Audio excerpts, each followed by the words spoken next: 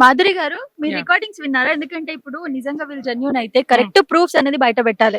భయపడితే ఇప్పుడు ఇంకో అమ్మాయి అన్యాయం అయితది. ఇప్పుడు ఈమె ఆ రోజు స్టాండ్ తీసుకోకుండా బయటికి రాలేదు కాబట్టి ఈ రోజు వర్షిని బలైంది. వర్షిని లాగా ఇప్పుడు ఇంకొకళ్ళు అవుతారు. వర్షిని బయటకు వచ్చింది కాబట్టి అందరికీ తెలుసు. సో లేదు ఈ అమ్మాయి నిజంగానే చెప్తుంది నమ్మొచ్చు. సో ఎందుకంటే కొన్ని వాయిస్ రికార్డింగ్ ఆహ్, శివరుద్ర గారు విన్నాను. So same to same Varshini ఎలా అయితే ట్రాప్ చేసి సేమ్ బంగారు, చిన్ని, లవ్ యూరా, కన్నరా సో ఇంక లవ్ లో చాలా ఉన్నాయి. సో అవైతే ఉన్న అమ్మాయి కొంచెం భయపడుతుంది. ఎందుకంటే ఒక అమ్మాయి ధైర్యంగా ముందుకు వస్తానే కదా మిగతా వాళ్ళు కూడా దాక్కున్న వాళ్ళు బయటకు వచ్చి మాకు అన్యాయం జరిగింది వాళ్ళకి శిక్ష పడాలని కోరుకునేది.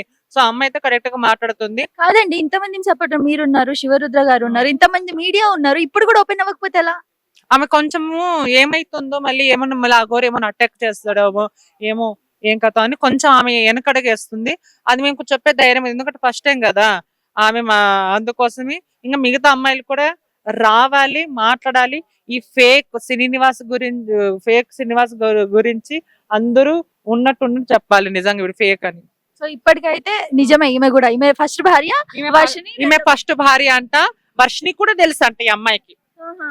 మళ్ళీ ఈ వర్షిని శ్రీనివాస్ అనిందంట, నువ్వు ఎవరు అమ్మాయితో మాట్లాడుతున్నావు, అట్లా కాదు నేను నీ పెళ్ళాన్ని అని ఆ వర్షిని ఈ అమ్మాయి నంబరు ఈ శ్రీనివాస్ మొబైల్ తో బ్లాక్ చేసేసింది. ట్రాన్స్జెండర్ లాగా ఆపరేషన్ చేయించుకొని ఒక ట్రాన్స్జెండర్ ఇద్దరు అమ్మాయిలను పెళ్లి చేసుకొని జీవితం నాశనం చేయడము, మీరు యాజ్ అ ట్రాన్స్జెండర్ గా అసలు మీరేం చెప్తారు? నిజంగా ఇప్పుడిప్పుడే మేము ట్రాన్స్జెండర్ గా అన్ని రంగాలకు మేము వస్తున్నాం. అర్ధనారీషులుగా పిలుస్తారు అందరూ మమ్మల్ని ఎక్కడిపైనా ఒక గౌరవంగా పిలుస్తారు. ఒక పేరు అంటూ ఉంది.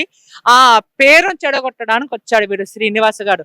మా ఒక ట్రాన్స్జెండర్ కమ్యూనిటీ పేరే కాదు, ఒక హిందూ పేరు, అలాగే సనాతన ధర్మం అని పేరు చెప్పుకొని వచ్చి ఆ పేరు బదలాం చేసేస్తున్నాడు. సనాతన ధర్మం, నేను అఘోరాని. సో ఇవన్నీ ఎందుకు మాయ మాటలు? నీ మాయ మాటలు ఎప్పుడో జనాలకి తెలుసు. నీలాంటి ఫేక్ వాళ్ళు బాబాలని మేము లక్షల మంది. మాధురి గారు ఇంకొకటి, ఇప్పుడు ఈమె జనవరిలో పెళ్లి చేసుకున్నాడు కదా, బాయ్ గా ఉన్నప్పుడు చేసుకున్నాడా గర్ల్ గా మారాక చేసుకున్నాడు? జనవరి ఉన్నప్పుడు అంటే అప్పుడు implant surgery almost total surgery అయిపోయింది. ఫిజికల్ గా ఏమన్నా ఉన్నాడా ఈమెతో? సో ఈ అమ్మాయి అంటే ఏమో అయి ఉండొచ్చేమో. ఎందుకంటే ఇప్పుడు దీని ప్రత్యేకంగా ఒక పేరు ఉంది బయట, లెస్బియన్. సో లెస్బియన్ అంటే ఒకప్పుడు ఏదో, ఇప్పుడు ఆ చిన్న పిల్లలు కూడా తెలుసు లెస్బియన్స్ గే ఓకే ఓకే అన్నట్టు. సో అయి ఉండొచ్చు కానీ అన్ని ఓపెన్ అవ్వరు కదా. ఓకే అండి, సో ఫైనలీ మనమైతే న్యాయం కోరుకోవాలి. ప్రతి ఆడపిల్లకి న్యాయం కోరాలి. వరే శ్రీనివాస్ గా ఆడపిల్లలను కాపాడతాను, సనాతన ధర్మం కోసం పోరాడతాను, గుళ్ళ గురించి పోరాడతాను అని నా కొడుకు నువ్వు ఈ రోజు అమ్మాయిని తీసుకొని పోయినావు కదా. నువ్వు నిజంగా మనిషివైతే ఏపీ తెలంగాణలో వచ్చి మాట్లాడు. నువ్వు మాట్లాడాలి, నువ్వు ఏంటి ఏం కథ అని మాకు క్లారిటీ వచ్చేసి ఇప్పుడు నిన్ను తుప్పని మూస్తున్నారు. సిగ్గు శరం తెచ్చుకో. ఆ మందు బాటలేంది, ఆ సిగరెట్లు ఏంది, ఆ ఘోరాలు ఎక్కడ ఎట్లా ఉంటారా చెప్పు. నేను ఒక ట్రాన్స్జెండర్ అయి ఉండి నేను సనాతన ధర్మం నేను పోరాడుతున్నా, మళ్ళీ నువ్వేం చేస్తున్నావు లైవ్ లో సిగరెట్? ఇదేనా నువ్వు చిన్న పిల్లలకు నేర్పించేది?